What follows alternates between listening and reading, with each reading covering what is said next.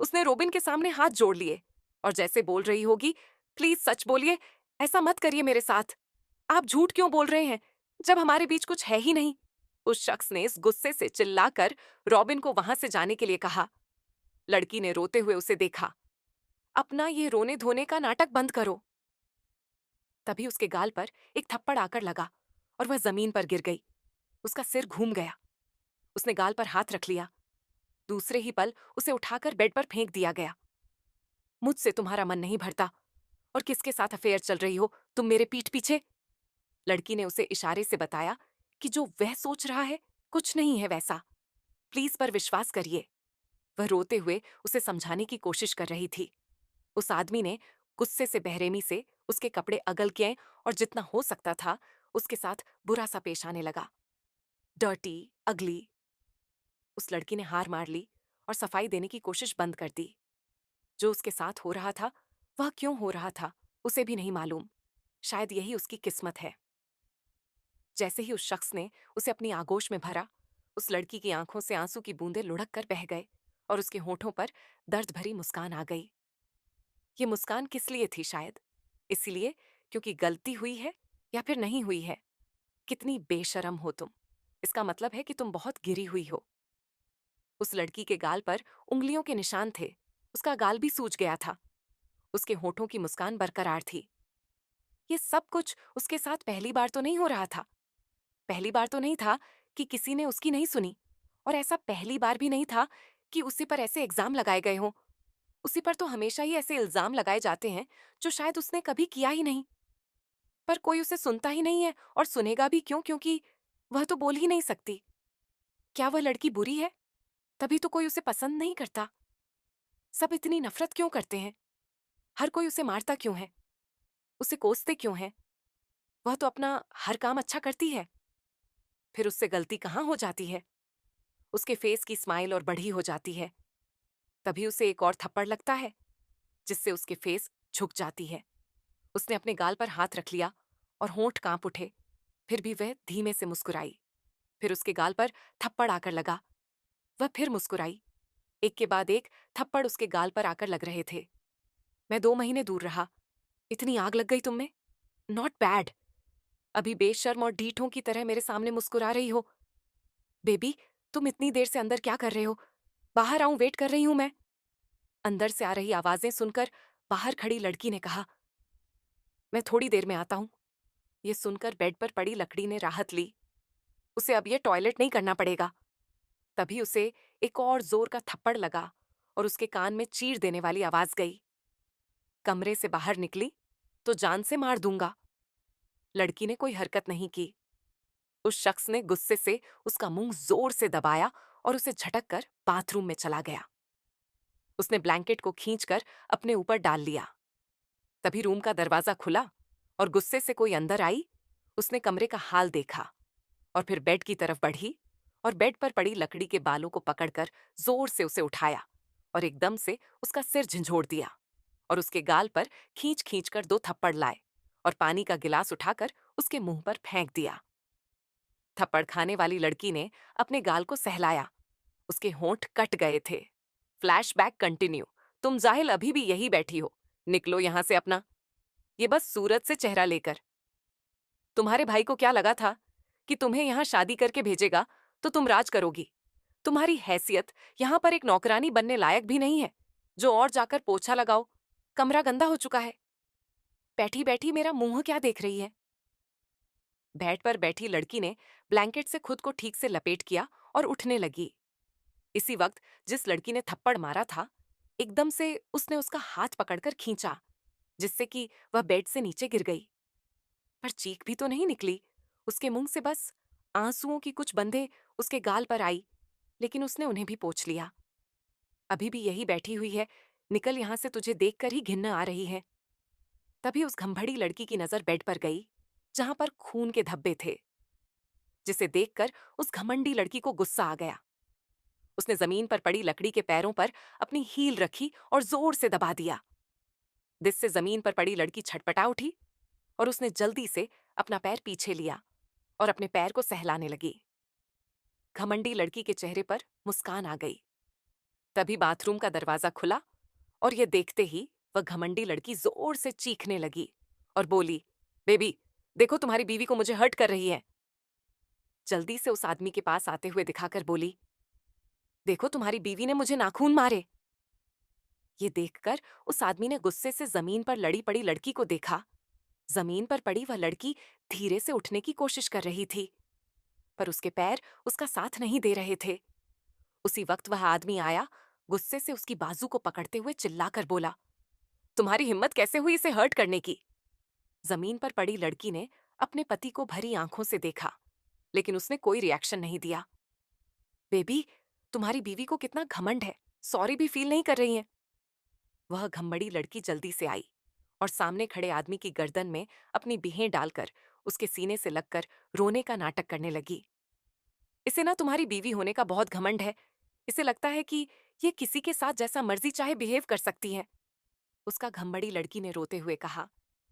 घमंडी लड़की का रोना देखते हुए उस शख्स को इतना गुस्सा आया कि उसने जमीन पर पड़ी अपनी बीवी के बाजू को जोर से पकड़ लिया और लगभग उसे जबरदस्ती खड़ा करते हुए उसे घसीटकर रूम से बाहर उसे फेंक दिया। वह लड़की जाकर सीधा जैसे ही जमीन पर गिरी, उसका सिर चकरा गया। उसने अपना सिर धीरे से घुमाकर पीछे देखा तो उसका पति दरवाजा पर खड़ा उस पर चिल्ला रहा था और उसके पीछे खड़ी औरत उसे देखकर मुस्कुरा रही थी। उसकी आंखों से आंसू का एक कतरा बहकर उसके गाल पर आ गया। उसके पति की गर्लफ्रेंड पीछे से उसकी आंखों के सामने ही उसके पति को हक करके खड़ी थी और वह बस देख रही थी, इतनी बेशर्म थी वह। उसके पत्नी ने दरवाजा उसके मुंह पर धम्म से बंद कर दिया। उसने खुद को ब्लैंकेट में समेट लिया और लंगड़ाते हुए ही दूसरे कमरे की तरफ जाने लगी। उसकी हिम्मत नहीं हो रही थी कि वह बाकी नौकरों को देख ले, पर बाकी नौकरानी और नौकरों तो उसे ही देख रहे थे। उसने धीरे से सिर उठाकर नौकरों की नजरों को देखा और हल्का सा मुस्कुरा दी। वह रूम के अंदर गई और दरवाजा बंद कर कर वहीं पर धीरे से बैठ गई। वह रो नहीं रही थी, बस चुपचाप बैठी शून्य नजरों से सामने देख रही थी और देखते ही देखते उसके होंठ कांपने लगे और आंखों से आंसू बहने लगे। उसने खुद को और समेट लिया, जैसे कि उसे कोई छू ना सके, उसे कोई देख ना सके और वह चैन से रो सके। वह रोना चाहती थी, चीखना चाहती थी, कुछ देर चिल्लाना चाहती थी, पर शायद उसकी किस्मत में ये सब यही नहीं। धीरे से वहीं पर लेट गई और अपनी उंगलियों से कुछ ड्रा करने लगी। मम्मा मम्मा मम्मा, पापा पापा पापा क्यों छोड़कर चले गए? वह अपनी अंदरूनी आवाज से बोली रही थी।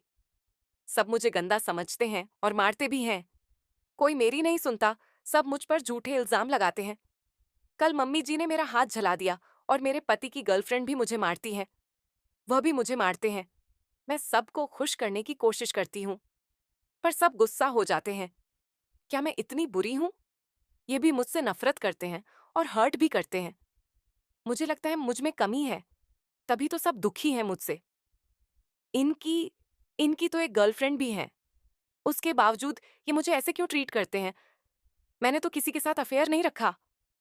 रॉबिन भी झूठ बोल रहा था, फिर भी इन्होंने मुझे जानबूझकर मारा। मैं तो जानती भी नहीं हूँ। ये मेरी सुनते ही नहीं है। मैं बोल नहीं सकती हूँ ना इसलिए। पर उनकी गर्लफ्रेंड ने मुझे क्यों मारा? बहुत दर्द हो रहा है मेरे गालों पर। वो मेरे साथ इतना गंदा बिहेव क्यों करती है? मैंने उसको तो कुछ भी नहीं किया। मैं तो उसे रोकती भी नहीं हूँ कि मेरे पति के पास आ जाए। वह तो हमेशा उनके साथ रहती है, फिर भी पता नहीं क्यों मुझे हमेशा टॉर्चर करती है। मैं कभी भी उनके बीच नहीं जाती हूँ। मैं उनसे बात भी नहीं करती हूँ। उसके बावजूद वही मुझे बुलाते हैं और फिर मुझे खुद ही रूम से धक्के मारकर बाहर फेंक देते हैं। ऐसा क्यों करते हैं? और थोड़ा सा भी लेट हो जाओ तो फिर गुस्सा करने लगते हैं। दुख रहा है बहुत पेट में, पर काम भी करना है, वरना सब फिर गुस्सा हो जाएंगे। उसने अपने आंसू पोंछे, अपने कमजोर शरीर को संभालते हुए उठी और बाथरूम चली गई और ब्लैंकेट को दूर फेंक दिया। खुद को मिरर में देखने लगी। उसका शरीर जख्मों से भरा हुआ था, जो नीले से पर्पल और काले हो चुके थे। कुछ ताजा भी थे और उसके पैरों पर खून लगा हुआ। उसने अपना मुंह छुपा लिया और रोने लगी। Flashback and. जख्म ने झटके से अपनी आंखें खोली और उसकी आंखें भरी हुई थी। कियांश के हाथों को अपनी कमर से दूर झटक दिया। वह उससे दूर होने के चक्कर में लड़खड़ा सी गई और गिरने लगी। इस वक्त कायांश ने उसे अपनी बाहों में संभाल संभाल लिया। जख्म ने अपनी आंखें बंद कर ली। जब उसे महसूस हुआ कि वह गिरी नहीं, तो उसने धीरे से अपनी आंखें खोली और अपने सामने कायांश का चेहरा देखकर गई। खुद को कायांश की बाहों में देखकर जख्म डर गई और उसकी आंखों के कोने से जो आंसू बहकर उसके बालों में छुप गए, वह कायांश की नजरों से नहीं छपे थे। जख्म इतना डर गई थी कि उसका चेहरा सफेद पड़ गया था। वहीं पर अर्पिता और बाकी जो डांस कर रहे थे कपल्स, उनकी नजर भी जख्म पर पड़ी और उसमें से जब ध्रुव ने यह देखा तो उसकी आंखें सर्द हो गईं। वह जल्दी से आया और उसने एकदम से कायांश को जख्म से दूर कर दिया और खुद जख्म को अपनी बाहों में संभाल लिया। आर यू ओके जख्म? जख्म ने जैसे ही ध्रुव को देखा, उसके होंठ कांप उठे और वह एकदम से जाकर ध्रुव को हक कर लेती है और उसकी गर्दन में मुंह छुपाकर घबराई हुई बोली, मु, मुझ मुझे यहां से ले चलो ध्रुव, प्लीज मुझे यहां से लेकर चलो।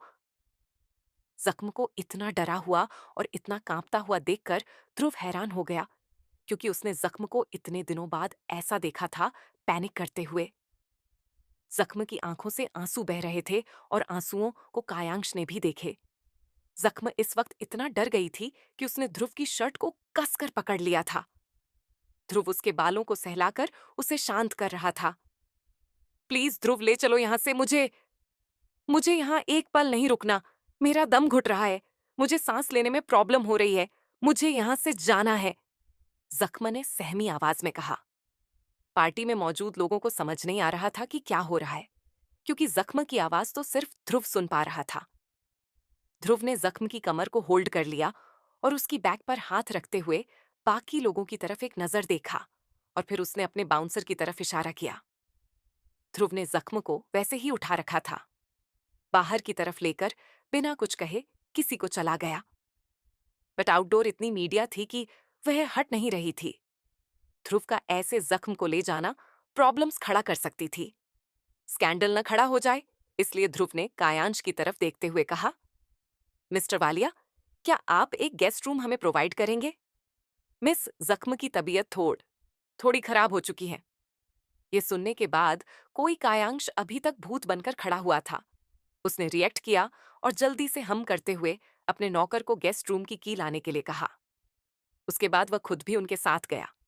वहीं पर ध्रुव ने जख्म को वैसे ही उठा रखा था, कमर से होल्ड करके, और उसके बालों में हाथ फेर रहा था। जख्म थर-थर कांप रही थी। पार्टी में मौजूद लोगों यह देखकर गॉसिप कर रहे थे कि जख्मन और ध्रुव का जरूर अफेयर चल रहा है, क्योंकि इस तरीके से एक हस्बैंड ही वाइफ की केयर करता है।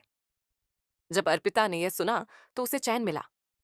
ध्रुव ने जख्म को बेड पर बिठाया, पर जख्म उसे छोड़ नहीं रही थी।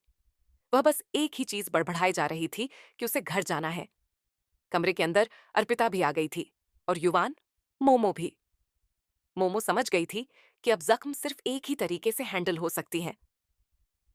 ध्रुव को उसने कुछ इशारा किया। ध्रुव ने बाकी सबको देखते हुए कहा, क्या आप लोग हमें कुछ देर के लिए अकेला छोड़ सकते हैं? जख्म थोड़ा रेस्ट करना चाहती है। आई थिंक उनकी तबीयत खराब हो गई है। आप लोग जाकर अपनी पार्टी एंजॉय करिए, ज्यादा फिक्र करने की जरूरत नहीं है। ध्रुव ने खासकर कायांश को देखते हुए कहा, उम्मीद है कि आप हमारी प्राइवेसी को ध्यान में रखेंगे मिस्टर कायांश वालिया। कायांश ने अपने होठों को भींच लिया और उसके बाद अर्पिता ने जख्म को देखते हुए कहा, ओके। उसके बाद उसने कायांश को देखकर कहा, बेबी, मिस्टर ध्रुव बिल्कुल सही कह रहे हैं, हमें उन्हें स्पेस देना चाहिए, अलोन टाइम जख्म। युवान और अर्पिता कायांश रूम से बाहर चले गए। मोमो ने ध्रुव को कुछ इशारा किया। उसके बाद वह भी बाहर चली गई और उसने बाहर से दरवाजा बंद कर दिया। वही जब कायांश बाहर आया तो उसकी आंखें सर्द हो आईं। मुझे लगता है कि ध्रुव मिस्टर जख्म को पसंद करते हैं। आई थिंक इनका सीक्रेट अफेयर चल रहा है। इन्होंने किसी वजह से बस पब्लिक नहीं किया है, अर्पिता कायांश को देखते हुए बोली। लेकिन कायांश ने कोई रिएक्शन नहीं दिया। उसके बाद वह सीधा बाहर की तरफ चला गया। ध्रुव ने जख्म की तरफ देखा और बोला, रिलैक्स जख्म, तुम्हें कोई कुछ नहीं करेगा, क्लेम डाउन। उसने जख्म की भीगी पलकों को देखते हुए कहा। रूम के अंदर ध्रुव ने अपना फोन निकाला और उसके बाद उसने किसी को वीडियो कॉल कर दिया। थोड़ी देर बाद वीडियो कॉल रिसीव कर लिया गया और उसमें से प्यारी प्यारी आवाज सुनाई दी। ध्रुव अंकल, आपने कॉल क्यों किया? मम्मा आपके साथ हैं क्या? आप हमारी बात मम्मा से करवाओ ना। ध्रुव के होठों पर भी स्माइल आ गई और उसने फोन के अंदर देखते हुए कहा, तुम लोग अभी तक सोए नहीं? तुम्हारी मम्मा तुम्हें बहुत मिस कर रही हैं। जख्म ने जैसे ही अपने बच्चों की आवाज सुनी, उसके भाव एकदम से बदल गए और उसने ध्रुव के हाथ से फोन ले लिया। अपने बच्चों को देखने लगी। उसके 6 के 6 बच्चे टुकुर टुकुर फोन में देख रहे थे। ये देखकर तो जख्म के होठों के कोने खुद में खुद मुड़ गए। तुम लोग अभी तक सोए नहीं? देव, अव्यान, अकंश, एकंश, लक्ष्य, यक्ष। जख्म धीरे धीरे नॉर्मल हो गई थी और अपने बच्चों में सब कुछ भूल गई थी। वह और ध्रुव ने यह देखा तो वह भी मुस्कुरा दिया। बच्चों के साथ यह भी बच्ची बन जाती है। कायांश बाहर खड़ा हुआ था, स्विमिंग पूल के साइड पर, जहां पर मीडिया नहीं थी, और वह सिगरेट के कश भर रहा था। उसकी आंखों के सामने जख्म का रिएक्शन घूम रहा था। उसके छूने से ही वह ऐसा रिएक्ट करती है जैसे मानो वह उससे दूर रहना चाहती है। पर क्यों? आज से पहले तो वह कभी मिले भी नहीं। उसका रिएक्शन सडनली चेंज हो जाता है। जख्म को बहुत अजीब फीलिंग हो रही थी। ऐसी फीलिंग उसे कई साल पहले हुआ करती थी। उसकी जिंदगी में जब थी कोई। उसने अपने हाथ को देखा जिससे उसने जख्म की कमर को पकड़ा था। यह टच जैसे वो पहले भी महसूस कर चुका है, ऐसा लगा। कुछ तो है, बरसों पहले ये फीलिंग आई थी उसे। उसके दिमाग में यह भी चल रहा था कि आखिर कमरे में क्या हो रहा होगा। गेस्ट रूम में जख्म अपने बच्चों में इतना खो गई और बिजी हो गई थी। उसे ध्रुव का भी ख्याल नहीं आया और ध्रुव उसे देखकर सिर्फ स्माइल कर रहा था और बच्चों की बातें सुनकर वह भी धीरे धीरे सुकून से भर गया था। बच्चे अपनी मम्मा से कितना प्यार करते हैं और उन्हें कितना मिस कर रहे हैं, ये साफ पता चल रहा था। इसमें कोई शक नहीं था कि इस जख्म के बच्चे बहुत प्यारे थे और अपनी मम्मा को वह बहुत ज्यादा प्यार कर रहे थे और उसके लिए प्रोटेक्टिव थे, क्योंकि वह जख्म से ऐसे ऐसे सवाल कर रहे थे जैसे जख्म के बच्चे नहीं उसके डेड हो। जख्म ने तिरछी नजरों से ध्रुव को देखा और बोली, तुम मेरे बच्चों पर हंस नहीं सकते? वही जख्म के बच्चे भी फोन से ध्रुव को घूरने लगे, जिस पर ध्रुव ने खिसखिसाई हंसी हंसते हुए कहा, मैं हंस नहीं रहा था बस। जख्म के बच्चे फोन पर पूरी तरीके से ध्रुव को घूर रहे थे। आप मम्मा के साथ क्या कर रहे हैं? जख्म ने अपने बच्चों को डांटे हुए कहा, तुम लोगों को नहीं लगता कि कुछ ज्यादा ही सवाल कर रहे हो? बड़ों से ऐसी बात करते हैं? तुम्हारे मैनर्स कहाँ हैं? से सॉरी। अपनी मम्मा की डांट सुनकर 6 के 6 बच्चे एकदम से शांत हो गए और बोले, सॉरी मम्मा, सॉरी ध्रुव अंकल। ध्रुव ने अपना सिर हाँ मिलते हुए कहा, इट्स ओके। जख्म ने अपने बच्चों से थोड़ी देर और बातें की। उसके बाद उसने कॉल कट कर दिया। जख्म जब नॉर्मल हो गई, अब वह यहां पर नहीं रुकना चाहती थी। उसने ध्रुव की तरफ देखते हुए कहा, ध्रुव एक्चुअल में मुझे अब घर जाना होगा। काफी लेट हो चुका है। बच्चे बच्चे सोए नहीं हैं। जब तक वह मुझे नहीं देख लेते वह सोएंगे। ध्रुव ने जख्म से वह सवाल किया जो वह कब से पूछना चाहता था, तुम इतना डर क्यों गई थी जख्म? एवरीथिंग इज ओके ना? यह सुनकर कि मुट्ठियों को कस लिया और अपने होठों को भिजते हुए धीमे से बोली, हम तुम पैनिक कर रही थी। ध्रुव ने जख्म के हाथों को देखा, फिर उसका हाथ पकड़ लिया और बोला, अगर कुछ है तो तुम मुझे बता सकती हो। मैं हमेशा तुम्हारे लिए यहां हूं। जख्म ने ध्रुव को देखते हुए कहा, थैंक्स ध्रुव, बट मैं हैंडल कर लूंगी और जब मुझे जरूरत होगी तो मैं तुम्हें सामने से आकर कहूंगी कि मुझे तुम्हारी हेल्प चाहिए। यह सुनकर ध्रुव खुश हो गया और उसने जख्म को हक कर लिया। इसी पल दरवाजा खुल गया। अंदर का माहौल देखकर वह शख्स दरवाजे पर ही खड़ा रह गया। उसकी पकड़ हैंडल पर मजबूत हो गई। जख्म और ध्रुव ने एक साथ आवाज सुनकर उस तरफ देखा तो कोई और नहीं, कायांश खड़ा था। कायांश को देखते हुए कहा, ध्रुव ने, मिस्टर वालिया, व्हाट हैपेंड? आपको कुछ चाहिए? कायांश ने ध्रुव को देखते हुए कहा, एवरीथिंग इज ओके। उसने फिर जख्म की तरफ देखते हुए कहा, मिस जख्म, आप ठीक हैं? आपकी तबीयत खराब हो गई, क्या बेटर फील कर रही है? आपको किसी चीज की जरूरत है तो आप बेझिझक बोल सकती हैं। कायांश के पूछने पर जख्म की आंखें सर्द हो गईं और उसने सिर्फ हम में जवाब दिया। जख्म फिर उसके साथ रूड बिहेव कर रही थी। कायांश की नजरें तो जख्म के हाथ पर थीं और ध्रुव के हाथों पर। दोनों ने एक दूसरे को हक किया हुआ था। ऐसा लग रहा था दोनों हिडन रिलेशनशिप में है और दुनिया से छुपा रहे हैं। रात के 1 बज रहा था। जख्म कार की तरफ जा रही थी और उसके पीछे मोमो भी थी। उनका ड्राइवर उनका वेट कर रहा था, लेकिन उनके पीछे ही ध्रुव और उसका असिस्टेंट भी था। असल में यहाँ पर जख्म बिना बाउंसर की आई हुई थी और ध्रुव को यह सही नहीं लग रहा था कि जख्म को ऐसे ही जाने दे। इसीलिए वह उसे अपने साथ लेकर जाएगा। इसीलिए उसने जख्म से पहले ही बात कर ली थी। ध्रुव की जिद पर जख्में भी मान गई थी और मोमो भी एग्री कर रही थी, क्योंकि जख्म के दुश्मनों की कमी नहीं थी। ध्रुव ने एक जेंटलमैन की तरह कार का डोर ओपन किया और जख्म उसकी कार के अंदर ही बैठ गई। ध्रुव भी दूसरी तरफ जाकर बैठ गया और यह सब कुछ देख रहा था। कोई शख्स उसकी आंखों के अंदर इमोशंस नहीं थे, पर चेहरे के भाव बदले हुए थे। समझ नहीं आ रहा था कि वह क्या सोच रहा है, उसके दिमाग में चल क्या रहा है। वह एक के बाद एक सिगरेट के कश भर रहा था। धीरे धीरे कार वहां से निकल गई। जख्म ने अपनी आंखें बंद करके कुछ सोच रही थी। ध्रुव ने भी उसे डिस्टर्ब नहीं किया, क्योंकि उसे लगा शायद जख्म थक चुकी है। मोमो आगे बैठी हुई थी और ध्रुव का सिस्टम का ड्राइव कर रहा था। पार्टी हॉल के अंदर अर्पिता कायांश को ढूंढ रही थी, जो कहीं पर भी नहीं मिल रहा था। कायांश के इन्वेस्टर उसके बारे में पूछ रहे थे। कायांश अचानक से गायब हो गया था पार्टी से, जिससे कि अर्पिता को बेचैनी हो गई थी और वहीं युवान ने भी चारों तरफ घुमाई। उसे भी कायांश कहीं नहीं दिख रहा था, इसीलिए वह कायांश के कमरे के अंदर गया और देखा। कायांश बालकनी में खड़ा हुआ था, सिगरेट के कश भर रहा था। इस वक्त उसने अपनी शर्ट रिमूव कर दी थी। कायांश, तू यहाँ क्या कर रहा है? पार्टी में लोग तुझसे मिलना चाहते हैं और तेरे ही पार्टी में तू गायब है। युवान ने कायांश के कंधे पर अपना हाथ रखा और बोला, ब्रो, तू यहाँ क्या कर रहा है? जख्म जब होटल पहुंची तो काफी वक्त हो गया था। जैसे ही अपने फ्लैट के अंदर कदम रखा, उसे उसके बच्चों के सिर दिखाई दिए, जो टुकुर टुकुर उस दरवाजे के पीछे से झांक रहे थे। ये देखकर जख्म मुस्कुरा दी। उसने उन सबको अपनी तरफ आने के लिए कहा। देव, अव्यान, लक्ष्य, यक्ष, एकांश, आकांश, चलो इधर आओ। वह 6 के 6 बच्चे अपने नन्हे नन्हे पैरों से दौड़ते हुए अपनी मम्मा को आकर हक कर लेते हैं और जख्मा की आंखें सुकून से भर जाती हैं और उसकी आंखों से आंसू का एक कतरा बह जाता है।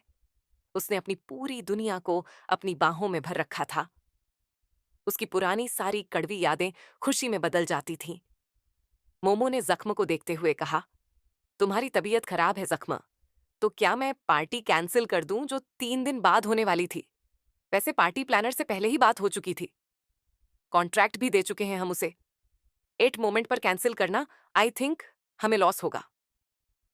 जख्मा ने मोमो को देखते हुए कहा, नो प्रॉब्लम, पार्टी तक मैं ठीक हो जाऊंगी। I am absolutely fine. Momo हामी भर देती है।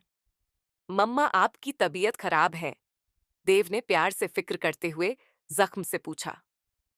नो, चलो अच्छे बच्चों की तरह सब सो जाओ, बहुत लेट हो चुका है, कहते हुए जख्मा उनको उनके कमरे की तरफ लेकर जाती है। अगली सुबह जख्म अभी सो ही रही थी कि उसके रूम का दरवाजा धम धम बजना शुरू हो जाता है, जिससे जख्म इरिटेट होकर अपने रूम का डोर ओपन करती है। मोमो चिल्लाती है, उसके कमरे में आती है। उसके हाथ में लैपटॉप था और वह बोलती है, जख्म प्रॉब्लम हो गई है? What the hell is scandal? Momo ने पसीना पूछते हुए कहा। कोई तेरी रेपुटेशन के धज्ज जुड़वाना चाहता है। जख्म जब सोकर उठती है, उसे मोमो से पता चलता है कि उसको लेकर एक फेक कैंडल बॉयलर वायरल हो रहा है। हेडलाइन कुछ ऐसी थी, जख्म ध्रुव, जगधू जख्म अंदानी और ध्रुव देशमुख रिलेशनशिप में है। जख्म जल्दी से अपना लैपटॉप उठाती है और न्यूज देखने लगती है। ये देखकर उसकी आंखें सर्द हो जाती हैं। जल्दी से वह अपना फोन निकालकर किसी को कॉल करती है। दूसरी तरफ से तुरंत कॉल पिक कर लिया जाता है। ध्रुव, ये क्या हो रहा है? तुमने देखी न्यूज? जिस पर ध्रुव हामी भरते हुए बोला, हम देखा मैंने, स्कैंडल वरी। मैं अपने मैनेजर से डिस्कस कर लिया, वो मैनेज हो जाएगा। लेकिन यह किया किसने है ये? पता करो कौन है जो हमें बदनाम करना चाहता है, ध्रुव ने कहा। हम डोंट वरी, पहले भी हो चुका है। ये तुम्हें इतना बड़े होने की जरूरत नहीं है, लेकिन इंडिया में ये वायरल हो रहा है। इसका मतलब जानते हो तुम ध्रुव? ध्रुव ने हामी भरते हुए कहा। Okay, don't worry, I can handle everything. तुम्हें परेशान होने की जरूरत नहीं है। जख्म ने अपना सिर हिला दिया और कॉल कट हो जाता है। मोमो जख्म को देखकर बोली, क्या हुआ जख्म? इतना पैनिक क्यों कर रही हो? एवरीथिंग इज अंडर कंट्रोल, मैंने पीआर डिपार्टमेंट इसे हैंडल कर रहा है। जख्म ने हम्म में सिर हिला दिया। तभी मोमो बोली, ओह नो, उसके सामने लैपटॉप कर दिया। उसी पर वह फोटोज वायरल हो रही थी जब ध्रुव और जख्म डांस कर रहे थे। जख्म ने ध्रुव को हक कर लिया था और ध्रुव उसे उठाकर कमरे में लेकर गया। एक एक करके सारी फोटोज वायरल हो रही थी। जख्म ने अपना सोशल मीडिया देखा। कमेंट बॉक्स में बहुत कुछ लिखा हुआ था। इतने सारे अंकवार देखकर मोमो भी हैरान हो गई और हंसते हुए बोली, जख्म तू रातों रात वायरल हो गई। जख्म अपना लैपटॉप बंद कर देती है और अपनी आंखें बंद करके बैठ जाती हैं। मम्मा मम्मा, आप उठ गए? जख्म ने धीरे से अपनी आंखें खोलकर देखा। उसके बेटे एक एक करके अंदर आ रहे थे। उन 6 के 6 ने टावल लपेट रखा था और बालों से पानी टपक रहा था। ये देखकर जख्मा उन्हें घूरने लगी और बोली, तुम सबने खुद से शावर लिया? मम्मा आ रही थी ना? मम्मा आप सो रहे थे, बिजी भी थे, टायर्ड भी दिख रहे थे, इसलिए हमने खुद ही शावर ले लिया।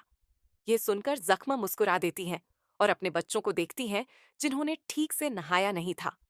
किसी के सिर पर शैम्पू लगा हुआ था, किसी की बॉडी पर, किसी के कान में। मोमो भी बच्चों को देखकर हंस रही थी। जख्मा जो अभी तक गुस्से से तमतमाई हुई थी, अचानक से वो शांत हो गई और उसने अपने बेटों को अपने पास आने के लिए कहा। देव, अव्यान, आकांश, एकांश, लाक्ष, दाक्ष दौड़कर अपनी मम्मा के पास आ गए।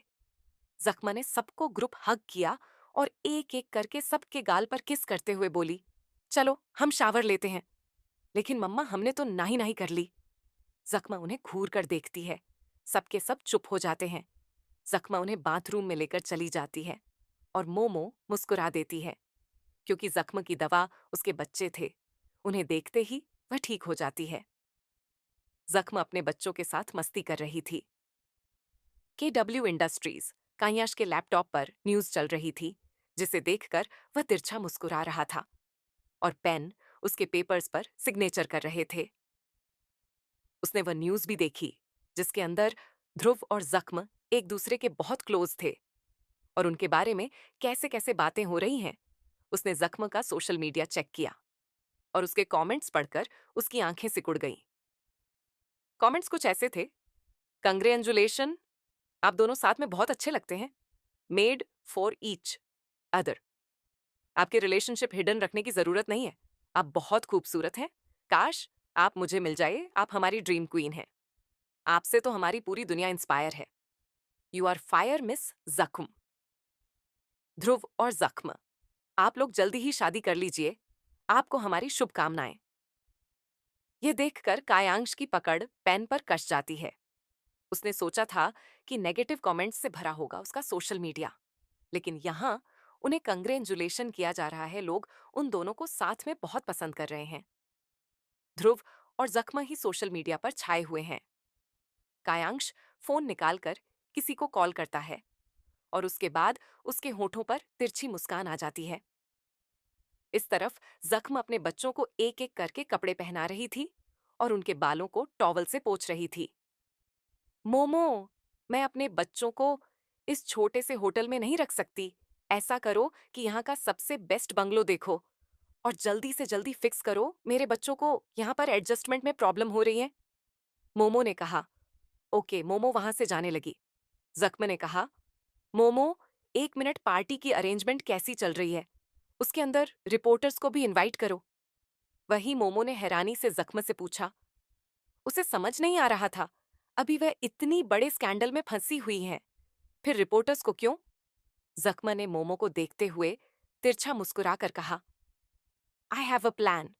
जिसने मुझे बदनाम करने की कोशिश की है, उसे करारा थप्पड़ मिलना जरूरी है। और जख्म सूद समेत इंटरेस्ट के साथ वह हर चीज वापस करती है जो दूसरा डिजर्व करता है। Just wait and watch you bloody. जख्म अपने बच्चों को कपड़े पहना रही थी। उसके बच्चे एक जैसा ही आउटफिट पहनना पसंद करते थे। देव ने अपनी मम्मा को देखते हुए कहा, मम्मा आप इतना टाइम क्यों लगा रहे हो? जख्म ने देव को देखते हुए कहा, देव ब्रेकफास्ट का टाइम हो गया, चलो तुम सब ब्रेकफास्ट कर लो। ओके मम्मा। सभी बच्चों ने हाँ में सर हिला दिया। उसके बाद सभी रूम से दौड़कर बाहर चले गए। तभी जख्म के पैरों को कोई पकड़कर खींच रहा था। जख्म सिर नीचे करके देखती है, ये उसका बेटा लक्ष्य था। जख्म बोली, लक्ष्य व्हाट हैपेंड? तुम नहीं गए ब्रेकफास्ट करने? मम्मा कहते हुए लक्ष्य ने जख्म को देखा।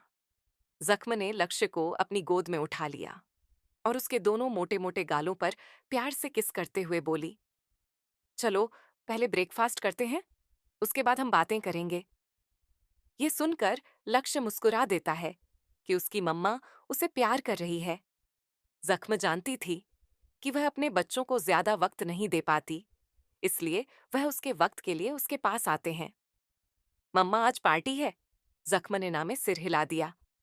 ये सुनकर लक्ष्य के भाव बदल जाते हैं, क्योंकि वह जानता है उसकी मम्मा झूठ बोल रही हैं।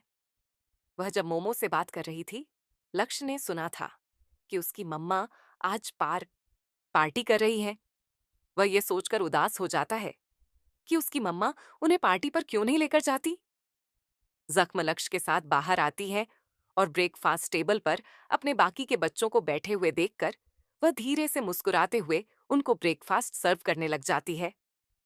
देवलक्ष्य, अवियान, एकांश, आकांश, याक्ष अपनी मम्मा के हाथों का ब्रेकफास्ट खाकर बहुत ही खुश थे और जख्म भी अपने बच्चों में सब कुछ भूल गई थी।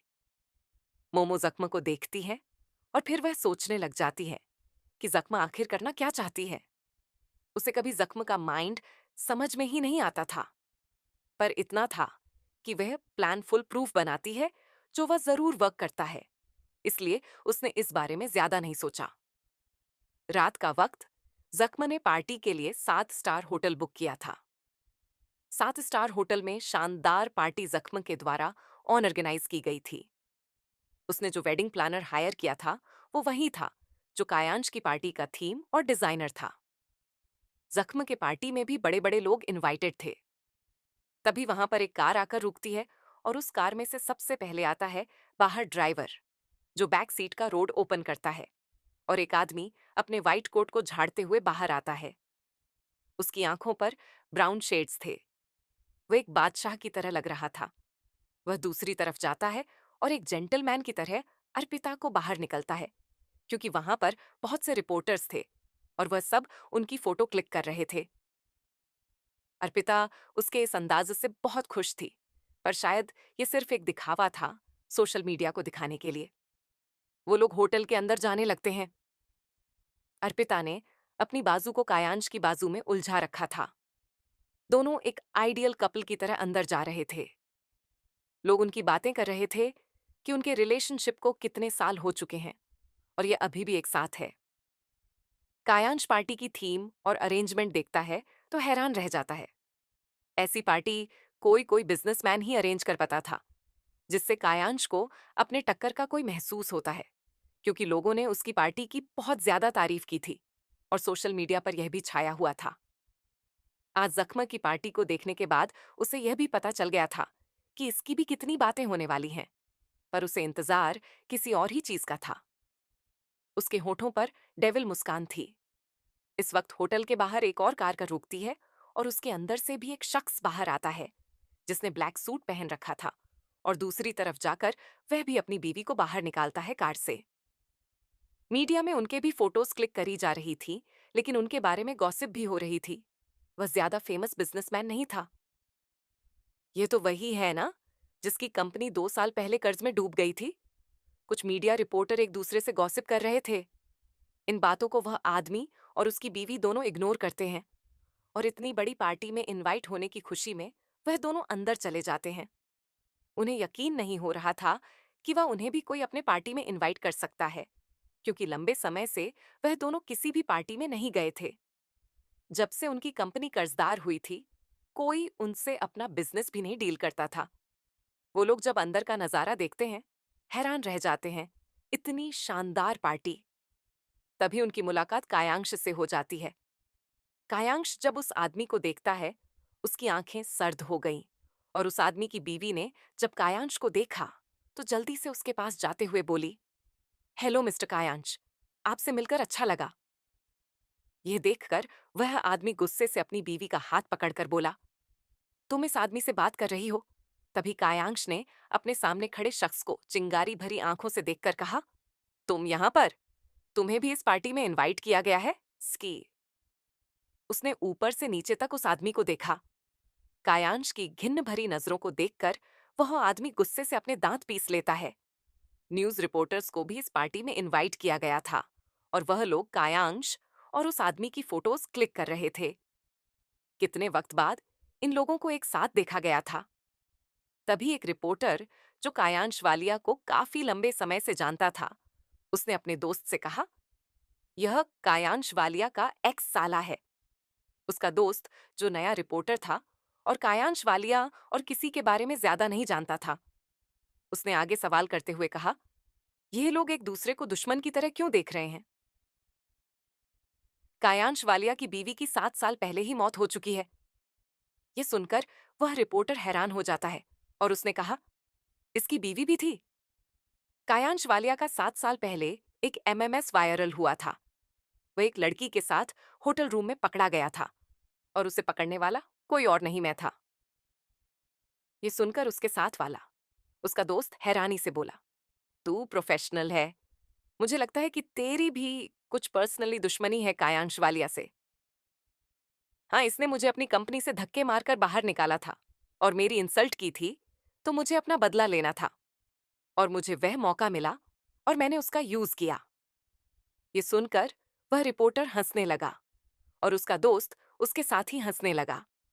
उसके बाद दोनों ने एक दूसरे की ड्रिंक से चीयर्स किया और उसे पी लिया। कायांश वालिया की बीवी सच में मर गई थी। आई डोंट नो, बट शादी के बाद भी उसका अफेयर अर्पिता बिजलानी के साथ चल रहा था। कई बार उसे होटल रूम में उसके साथ देखा गया था। कंट्रोवर्सी भी हुई थी और स्कैंडल्स भी निकले थे, लेकिन उसकी पहुंच इतनी थी कि स्कैंडल्स को फेंक कह देता था। लेकिन उसकी पर्सनालिटी से सब वाकिफ है, तभी इसे इंडस्ट्री का प्लेबॉय कहा जाता है। उसके दोस्त ने जोर से हंसते हुए कहा और ड्रिंक का घूंट भरा। इधर ध्रुव देशमुख भी पार्टी के अंदर इनवाइटेड था। जब वह पार्टी के अंदर एंट्री लेता है, सारे रिपोर्टर उसे पर टूट पड़ते और अपने सवालों की बारिश कर देते हैं। उसकी इतनी लाइमलाइट देखकर कायांश का खून खौल जाता है और उसे अच्छा महसूस नहीं होता कि वह भी पार्टी में था, बट रिपोर्टर्स ने उस पर इतना फोकस नहीं किया क्योंकि ध्रुव और जख्म दोनों ही चारों तरफ छाए हुए थे और उनकी ही बातें हो रही थीं। ध्रुव रिपोर्टर्स के किसी भी सवाल का जवाब नहीं देता और वह बस हल्का सा मुस्कुराते हुए अंदर आ जाता है। रिपोर्टर्स उसका पीछा करते हुए अंदर भी आ जाते हैं। ध्रुव के बॉडीगार्ड्स उन्हें साइड कर देते हैं। ध्रुव चारों तरफ अपनी नजरें घुमाता है और उसके बाद अब पार्टी में आए मेंबर से एक एक करके मिलने लग जाता है। वह लोग भी यह जानने के लिए क्यूरोस थे कि क्या जख्म अडानी और ध्रुव देशमुख के बीच कुछ चल रहा है। पार्टी अपनी पीक पर थी और इंतजार था तो सिर्फ जख्म का। सभी लोग अपनी पार्टी को एंजॉय कर रहे थे। कायांश भी ध्रुव से मिलने आता है। बातों ही बातों में कायांश ने जख्म के बारे में ध्रुव से पूछा। ध्रुव ने कायांश को देखते हुए कहा, जख्म अंदानी पहले से बेहतर है।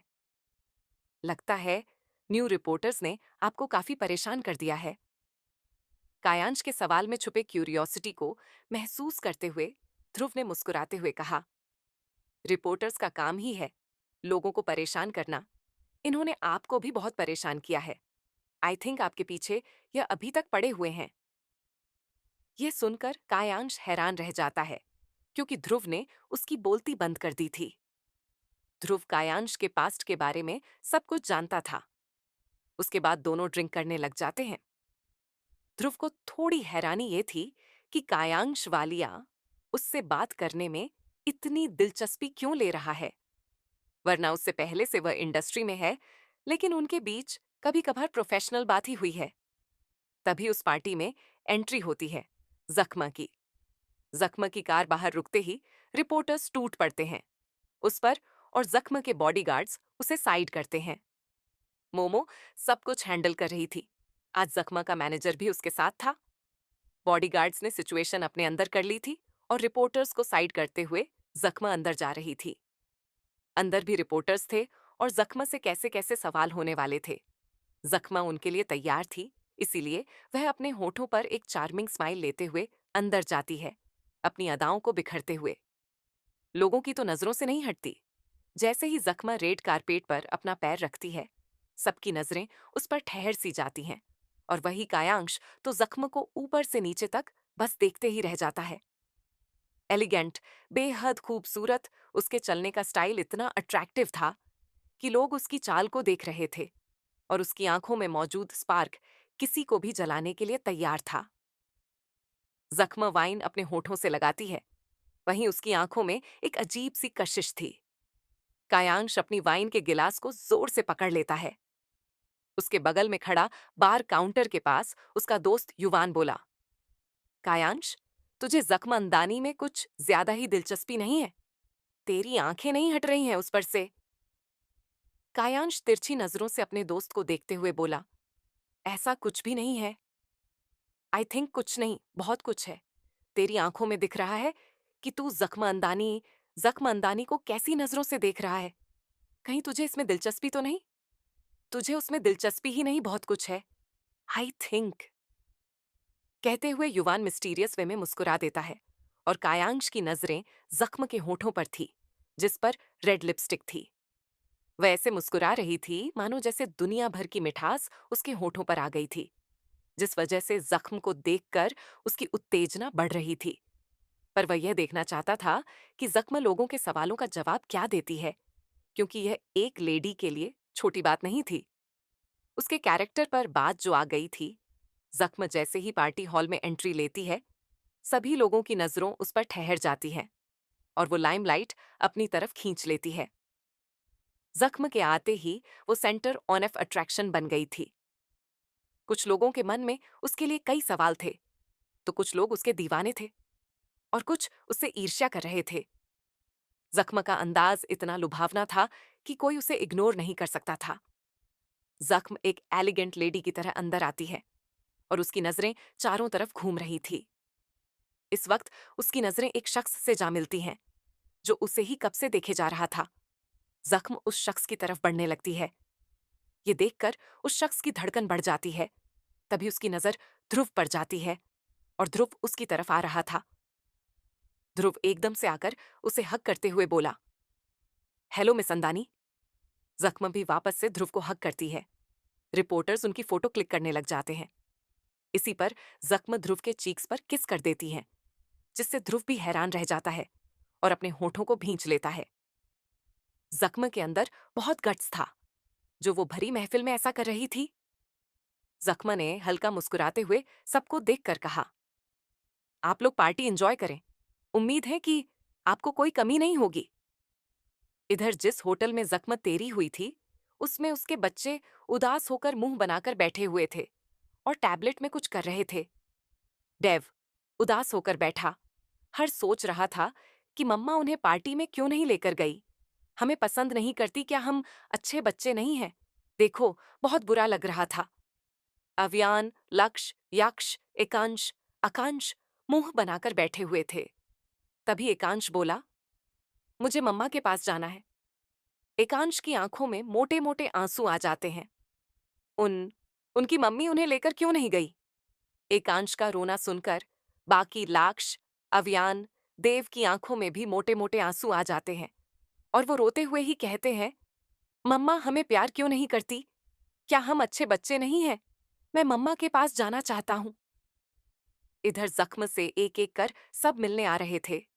तभी जख्म से मिलने कोई ऐसा शख्स आता है जिसके आने की उम्मीद जख्म को नहीं थी और जख्म उस शख्स को अपने सर्द आंखों से देखती है। उस शख्स के साथ उसकी वाइफ थी। उन दोनों को देखकर जख्म की उंगलियां कांप जाती है और एकदम से वो हिल जाती है। वो दोनों मियां बीवी जख्म के पास आकर उसे ग्रीट करते हैं और बोले, hello miss Andani, thank you so much, आपने हमें इस पार्टी में इनवाइट किया और आपने हमें इस लायक समझा। जख्मन उन दोनों कपल को देखती हैं और अपने होठों को भींचते हुए इग्नोर करके दूसरी तरफ चली जाती है, जिससे वो आदमी और उसकी बीवी दोनों हैरान रह जाते हैं। क्या जख्मा अंदानी ने हमें पहचाना नहीं? इसीलिए वो पीछे से दोबारा जख्म को आवाज देकर बोले, मिसेस जख्मा, हेलो। क्या आपने हमें पहचाना नहीं? आपने इनवाइट किया था पार्टी में। तभी जख्मा बोली, आपको भी इनवाइट किया गया है, जिससे कि दोनों मियाँ बीवी को इंसल्टेड फील होता है कि जख्मा ने उन्हें पहचान नहीं। Myself, Virendra Singh. तभी जख्मा उसे तिरछी नजर से देखते हुए बोली, वीरेंद्र सिंह आपकी कंपनी है, वही ना जो कर्ज में डूबी हुई है। ये सुनकर वीरेंद्र सिंह को इंसल्टेड फील होता है और वो झेप जाते हैं और जख्म से कुछ नहीं बोल पाते। जख्म ने उन्हें तिरछा मुस्कुराते हुए देखकर कहा, अच्छा हुआ आप दोनों मुझे यही मिल गए, मुझे आप दोनों से कुछ बात करनी है। जख्म ने वीरेंद्र सिंह और उसकी बीवी को देखते हुए कहा। वीरेंद्र सिंह ने जख्म को देखा और वह खुश हो गया, और खुश होता भी क्यों नहीं। आखिर जख्म अंदानी उनसे बात करना चाहती थी, लेकिन किस रिलेटेड ये अब उनके लिए क्वेश्चन मार्क बन गया था। जख्मा उन दोनों को देखकर बोली, एक्सक्यूज मी, मुझे और भी काम है। आप दोनों पार्टी एंजॉय करें, हम बाद में बात करते हैं, और आपको अगर और क्वेश्चंस करने हैं आप मेरी मैनेजर से कर सकते हैं। जख्मा ने मोमो को इशारा कर दिया, जिससे momo mister Singh and Mrs Singh के पास आ जाती है। जख्म वहां से जाने लगती है, तभी उसके पास कायांश आ जाता है। एकदम से कायांश को अपने सामने देखकर जख्म हैरान हो जाती है और पीछे हट जाती है, जिससे कि वो गिरने वाली होती है। कायांश उसे संभाल लेता है और बोला, मिस अंजनी, व्हाट हैपेंड? आप इतना घबरा क्यों रही है? I am not ghost. Inayat ने कायांश को देखा पर कुछ बोली नहीं। कायांश ने उसे सीधा खड़ा किया। इनायत की बॉडी की कंपन को उसने महसूस कर लिया था और समझने की कोशिश कर रहा था कि जख्मा उसके छूते ही ऐसा रिएक्ट क्यों करती है। जख्मा कायांश को देखकर बोली, मिस्टर कायांश वालिया, आपको मुझसे कुछ काम था? नाइस टू मीट यू, हम दोबारा फिर मिल गए। आपकी पार्टी बहुत अच्छी रही थी। ये सुनकर कायांश ने जख्म की तरफ हाथ मिलाते हुए कहा, nice to meet you again miss जख्मा अंदानी। अब आपकी हेल्थ कैसी है? जख्म ने कायांश की आंखों में स्पार्क देखा और अपनी नजर नीचे करते हुए कायांश के हाथ को देखकर अदा के साथ बोली, आई एम फाइन। उम्मीद है कि आपको पार्टी में मजा आ रहा होगा, और उसके बाद जो होने वाला है उसमें तो आपको और मजा आएगा मिस्टर कायांश वालिया। ये कहकर जख्म ने अपनी एक आई विंक कर दी। कायांश सुन्न हो गया, और जैसे ही जख्म ने उससे हाथ मिलाया, कायांश की बॉडी में एक अजीब सी सनसनी मच गई और उसने जख्म के हाथ को कसकर पकड़ लिया। वही दूर खड़ा ध्रुव ये देख रहा था। न जाने क्यों उसे ये पसंद नहीं आया, इसीलिए वो उनके बीच आते हुए बोला, जख्म, मिस्टर वालिया, लगता है आप लोग कुछ इंपॉर्टेंट बात कर रहे हैं। अगर ऐसा है तो फिर मैं जाता हूं। उसने अपने कदम मोड़ दिए। उसे वक्त जख्म ने अपने हाथ को पीछे लिया और ध्रुव को देखते हुए बोली, बात नहीं कर रहे थे, कुछ था, सो टेल मी, तुम वेट किसका कर रहे हो? ध्रुव ने कायांश को देखते हुए कहा, एक्सक्यूज मी, मैं जख्मा अंदानी से कुछ इंपॉर्टेंट डिस्कस करना चाहता हूं, तो आप हमें स्पेस देंगे? कायांश ने यह सुना और अपने होठों को भींचते हुए सिर्फ हूं बोला और वहां से निकल गया, और मन ही मन बड़बड़ाते हुए बोला, ये ध्रुव देशमुख एक मिनट भी रुक नहीं सकता। जब भी देखता है कि मैं जख्म के आसपास हूं तो न जाने क्यों उसे बीच में टपकना होता है। ऐसा तो नहीं कि सच में इन दोनों के बीच कुछ चल रहा है? ये सोचकर कायांश की आंखें सर्द हो गईं। इधर जख्म और ध्रुव आपस में बातें कर रहे थे। जख्म की बातें सुनकर ध्रुव के भाव पल पल बदलते जा रहे थे, और आखिर में उसने तिरछा मुस्कुराते हुए कहा, you are a mind blowing. जख्म, तुम्हें देखकर मुझे इस बात पर बिलीव हो गया है कि ब्यूटी विथ ब्रेन, तुम इसका जीता जागता प्रूफ हो। थोड़ी ही देर में कॉन्फ्रेंस शुरू हो गई थी और जख्मा स्टेज पर खड़ी हुई थी। जख्म ने सबकी तरफ अपनी नजरें घुमाते हुए कहा, लेडीज एंड जेंटलमैन, आप लोग मुझे तो जानते ही होंगे। अगर नहीं जानते हैं तो आज जान जाएंगे। वैसे खबरों में तो मैं रोज ही बनी रहती हूँ और फेमस भी हूँ। मेरी पर्सनालिटी से और मेरे बात करने के तरीके से तो आप समझ गए होंगे। जख्म के एटीट्यूड और उसके एरोगेंस को देखकर कुछ लोग तो वहां उसके दीवाने हुए जा रहे थे, तो कुछ ईर्ष्या से भर गए थे। उसमें से थी एक अर्पिता। वो एक लेडी थी और जख्म को इतना सक्सेसफुल देखकर उसे जलन होना तो लाजिमी था। लेकिन न जाने क्यों अर्पिता को जख्म से अजीब सी जलन हो रही थी, जैसे बहुत वक्त से वो जख्म को जानती हो और उसे जख्म से नेगेटिव वाइब्स आ रही थी। जख्म ने अपनी नजरें चारों तरफ घुमाई और जख्म को स्टेज पर देखते ही वहां पर मौजूद लोग क्लैप करने लगे। जख्म ने कायांश को देखा और फिर बोली, आप लोगों ने मेरा घोटाला देखा होगा मिस्टर ध्रुव देशमुख के साथ। मैं और मिस्टर देशमुख अच्छे फ्रेंड्स हैं। हमारा रिलेशन बहुत पुराना है। ध्रुव ये सुनकर धीरे से मुस्कुरा देता है। वही ध्रुव के आसपास खड़े लोग उसे देखने लग जाते हैं। ऐसा लग रहा था जैसे कि जख्म अपने प्यार की अनाउंसमेंट करने वाली थी। वही कायांश की धड़कन न जाने क्यों बढ़ जाती है, और जब वो ध्रुव के चेहरे पर मुस्कान देखता है तो उसे अपने अंदर जलन महसूस हुई। ऐसी जलन जो उसने आज से पहले कभी महसूस नहीं की थी। वो जख्म के मुंह से कुछ ऐसे शब्द नहीं सुनना चाहता था जो वो नहीं सुन सकता। जख्म की आंखों में जो स्पार्क था वो ये बता रहा था जैसे कि महफिल में आग लगने वाली है। उसके मुंह से निकला शब्द उसके डाउट को क्लियर करने वाला है, जिससे कि उसके दिल की धड़कन बढ़ जाती है। होटल रूम नई दिल्ली। जख्म के नन्हे नन्हे शैतान मुंह फुलाए बेड पर बैठे रो रहे थे और अपनी मम्मा को बहुत मिस कर रहे थे। देव, अव्यान, लक्ष्य, यक्ष, एकंश, अकंश सभी अलमीरा के अंदर घुसे हुए और उसके अंदर से अपना आउटफिट ढूंढ रहे थे। वो सारे भाई मिलकर कुछ प्लान कर रहे थे। उसके बाद थोड़ी देर बाद एक एक करके वो 6 के 6 मिरर के सामने खड़े हुए थे। अपने मिनी बेबी टक्सीडो सूट को खुद रहे थे। उन्होंने खुद को अच्छे से रेडी कर लिया था, जैसे उनकी मम्मा उन्हें करती हैं। उन सभी के दिमाग में एक खुराफाती चल रही थी। मास्टर प्लान बनाने के बाद उन सबके चेहरे पर इस वक्त एक मिस्टीरियस लिटिल स्माइल थी और उनके अंदर डर भी था उनके मम्मा का।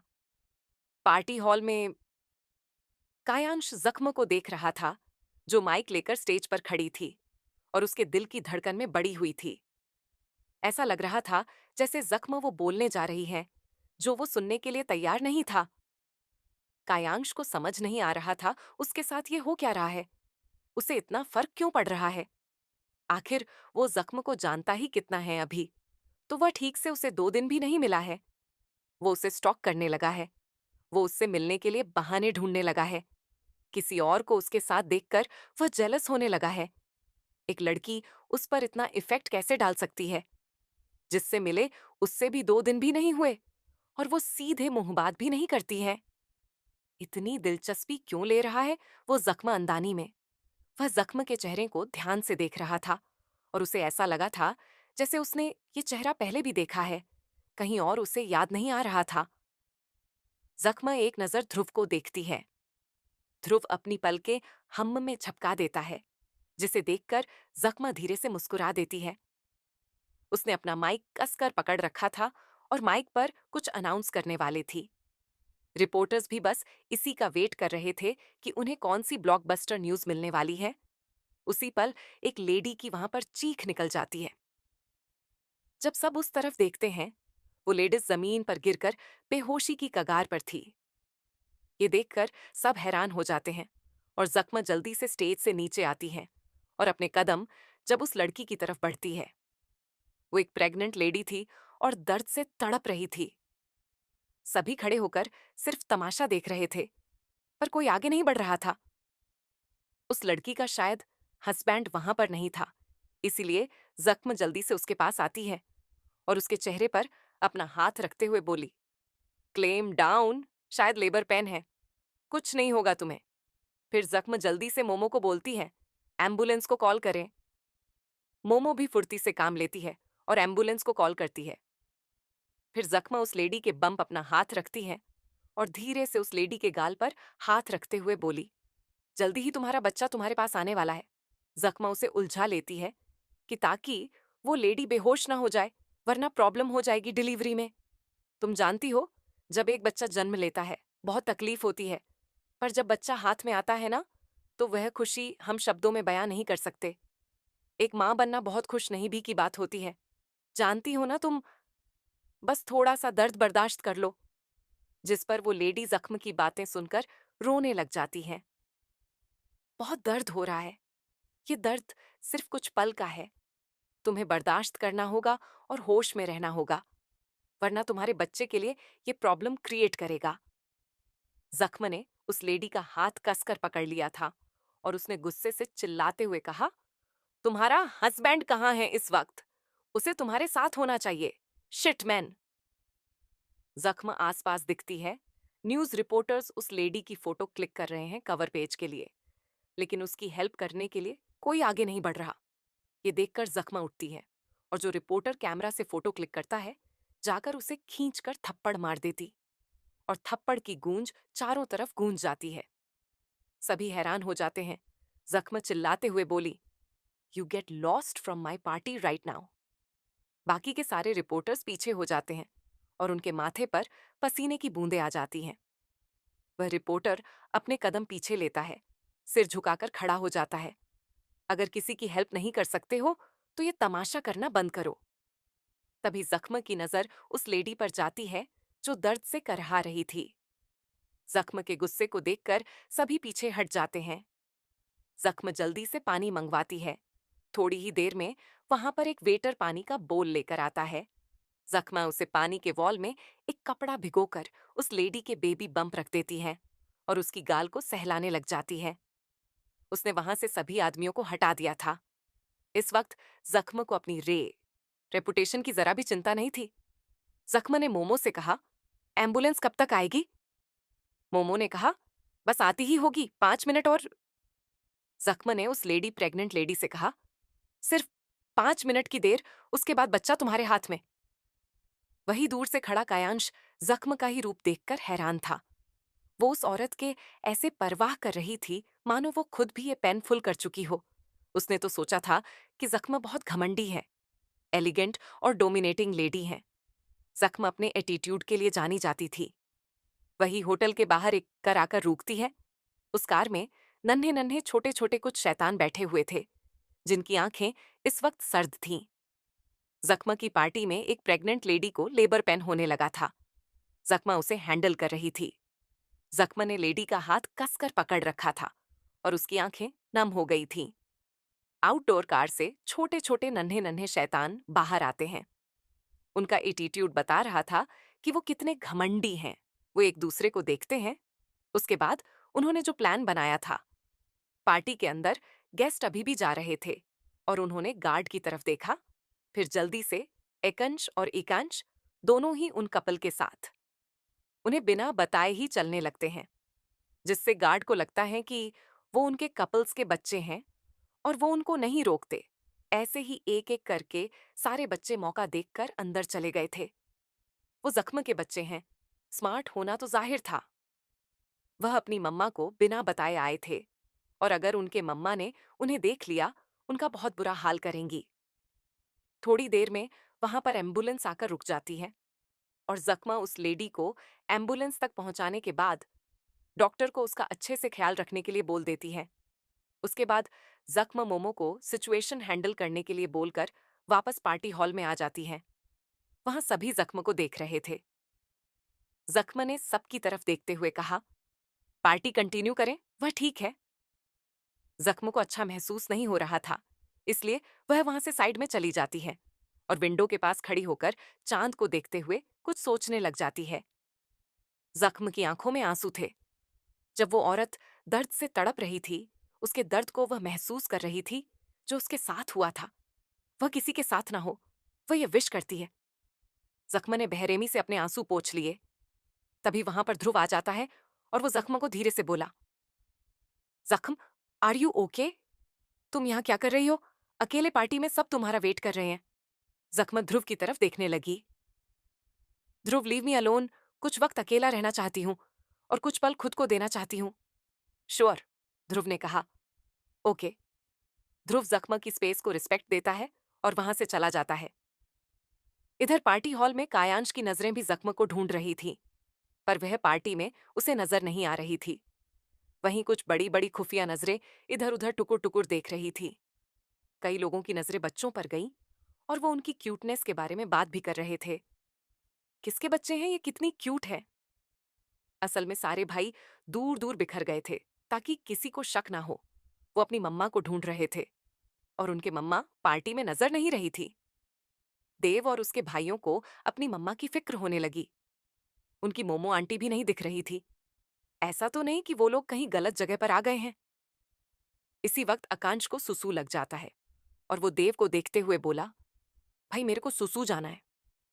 ये सुनकर देव आकांश को घूर कर देखते हुए बोला, मैंने तुम्हें पहले कहा था ना कि फ्रेश हो जाना। आकांश ने मुंह बनाते हुए कहा, मैं फ्रेश होकर ही गया था, यहां पर आपकी फिर से सुसु लग गया।